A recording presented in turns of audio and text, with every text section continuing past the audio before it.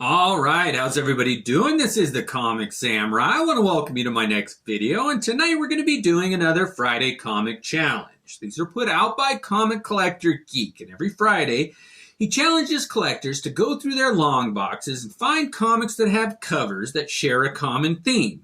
And tonight's theme is sexy girls. So let's go ahead and jump right into my part 2. First up, we got this Danger Girl 3D #1, and it collects the first couple issues of that Danger Girl series. But the art is done by J. Scott Campbell, and nobody can capture the female form quite like he can. And it just seems like his art is custom made for a 3D treatment. It just seems like things are coming out at you so well. They finally perfected that 3D technology. You can use those glasses the whole time and your eyes don't get tired, and somehow they got the colors to come through too. If you want a good, fun, sexy 3D experience in a comic book, it's this one. All right, moving on. Next up, we got Secret Wars #4. And this has got a Delato cover, and it's just one of my favorite images of the Black Widow. A lot of times you see her outfit, and it looks just like spandex or cloth, whatever, but this one, it looks like leather. They finally got the texture, the reflections right, whatever it is. Oh, it is a good image, and she's holding a knife there, and her pose, and it's just isolated with that simple black background. Oh, and that foil just sets it off with that purple. I really dig this cover. It's one of my favorite images of the Black Widow. This part 2 is going to be the more well-known superheroines, and this Hulk #9 really sums that up. This has got a cover done by Art Adams, who's one of my favorites, and he always does such a great job, but on this one especially, it's a group shot of all those superheroines hovering over the fallen body, which symbolizes masculinity, the Red Hulk, and they are dominating him on this one. You got Hellcat, She-Hulk, of course, the Invisible Woman, Valkyrie, let's see, who else? Thundra, Storm, Black Widow. Oh, it just is a collection of all of the heavy hitters of superheroines in the Marvel Universe, and it is one of my favorite images, done only as Art Adams can do. Every one of those women on the cover could have just been isolated on the cover, and it would have been amazing. But in this one, you get all of them. Sign me up for that every day. I really like that cover. Next up, we got Classic X-Men #3. Now, this is an example of an isolated female lead on the cover. Now, this is one of those Marvel 25th anniversaries with the border, and every comic that came out from Marvel in this time period had one of these, and they chose to isolate Aurora or Storm. I dig that character. She's one of my favorites. Now, sexy girls can be done with bikinis, and they can be showing things in their poses, but sometimes it just has to be captured with their visage, their persona, their personality, and it comes through in this comic book better than any other one. Storm, the goddess, right there. Art Adams. I love that cover. Next up, we got the Uncanny X-Men #290. Now, this is Will Spartacio's take on Storm. And again, she's the weather goddess. She's out there, the rain pouring down. She's in her element. It just sums up what a sexy cover should be if you're going to isolate a figure for me. This background's a little more dynamic. There's a little bit more stylistic approach done on this cover, and I just sometimes he loses me sometimes in the detail, but on this one, I just love his iteration of Storm. What a great job he did. Next up is Superman Batman #13, and Lucky 13 brought with it a Michael Turner cover introducing the new Supergirl. I just love this image of her floating over the earth as if she's the protector.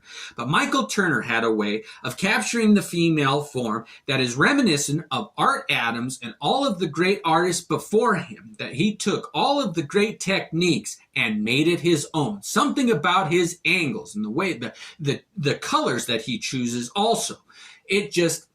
It was a new thing in comic books, the way he presented the female form, and it summed up on this one. Everybody liked the new design for Supergirl when it came out.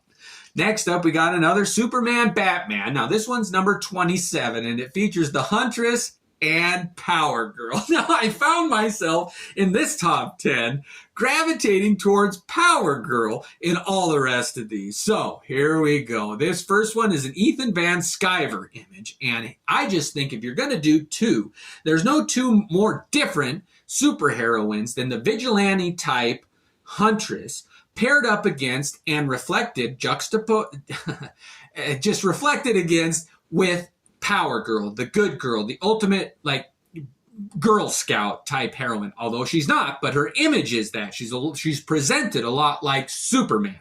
But those two contrasting each other on this one. Oh, what a great image that is. Next up, we got Justice League of America number 10, and we're going right back to Michael Turner. It's like Michael Turner, Ethan Van Sciver, Art Adams. It's just a cornucopia of great artists, and this one with those three female leads. It focuses on Power Girl and Black Canary, and you gotta see what Michael Turner's gonna do with those fishnet stockings on Black Canary, but the way he handles all of those female leads. He's able to give them a sense of royalty, like they command the respect that a female lead should have and is sometimes absent in comic books. A lot of times, they're just not given the respect they deserve, but it just seems like a good sexy girl comic book cover for me has that personality shine through in the art, and this one is an example of that.